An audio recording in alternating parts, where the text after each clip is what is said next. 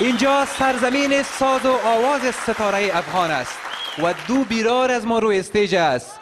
عباس نشاط و رضا رضایی به افتخارشان.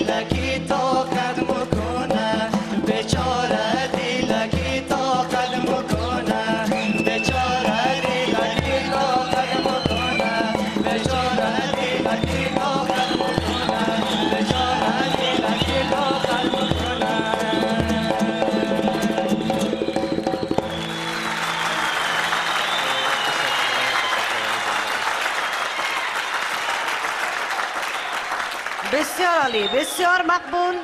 واقعا یک شعر مقبول عاشقانه و اردوتان بسیار از ته دل بسیار زیبا اجرا کردین. آفرین. بسیار عالی. بله، نظر ما عزیز همینطور به اخلاص خواندین، مخصوصا میگه چیزی که از دل بخیزه به دل میشینه. جان بسیار تشکر است. اگر یک ساعت دیگه هم تو بخوانیم من میشنوم. مزام شو سال اگه زیاد بخوانیم. وقتی تانگای جورایی رو میخوانین یگان تا جدا جدا هم بخوانین، بسیار جالب میشه، رنگای آوازتان معلوم شد. انتخاب بسیار خوب شد. بخی صحیح استاد. تشکر استاد. اول از عباس و از رضا پرسان کنم که چند بیرار ازرگی ما روی استیج است؟ 3 بیرار ازرگی. بله، 3 بیرار.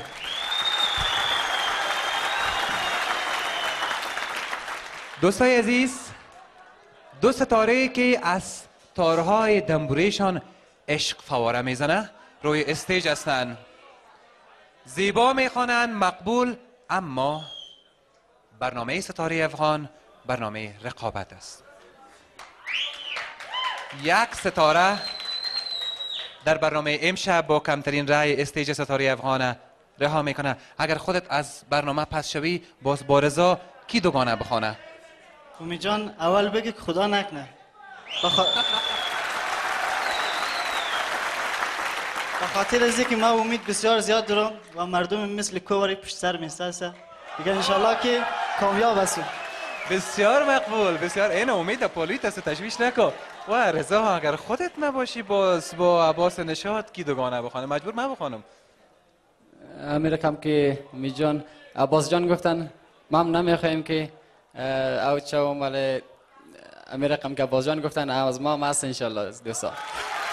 دوستای عزیز، میگن چیزی که در دیگ از لکاسه است. نتیجه یک هفته رای هموطنای عزیز در اخیر برنامه امشب اعلان میکنیم. از دو عزیز ما یک دنیا سپاس. تشکر از اردویتان. تشکرش می‌کنم. تشکر.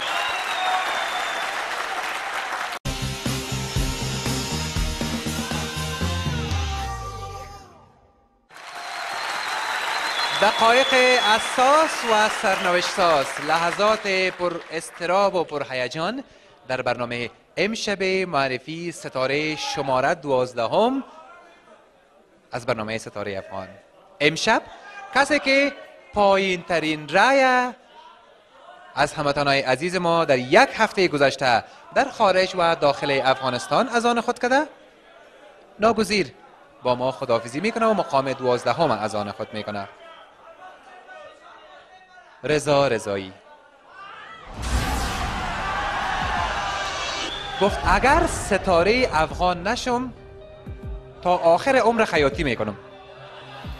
خودش گفته در هفته گذشته یک آهنگ بسیار زیبا و مقبول با لباس هزارگی و با لهجه شیرین هزارگی اجرا کرد.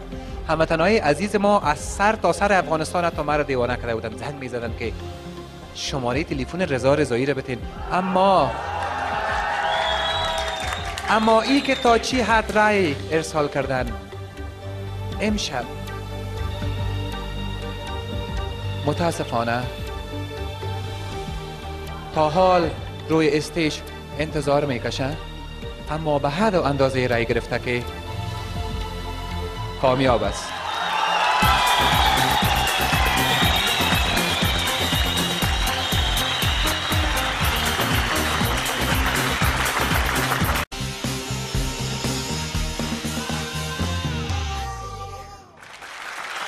دقایق حساس، لحظات سرنوشت ساز، 4 ستاره‌ای که رایشان نسبت به ستاره‌های دیگر کمتر بود در برنامه باقی مانده و عباس نشاط کامیاب است و با ما میخواند.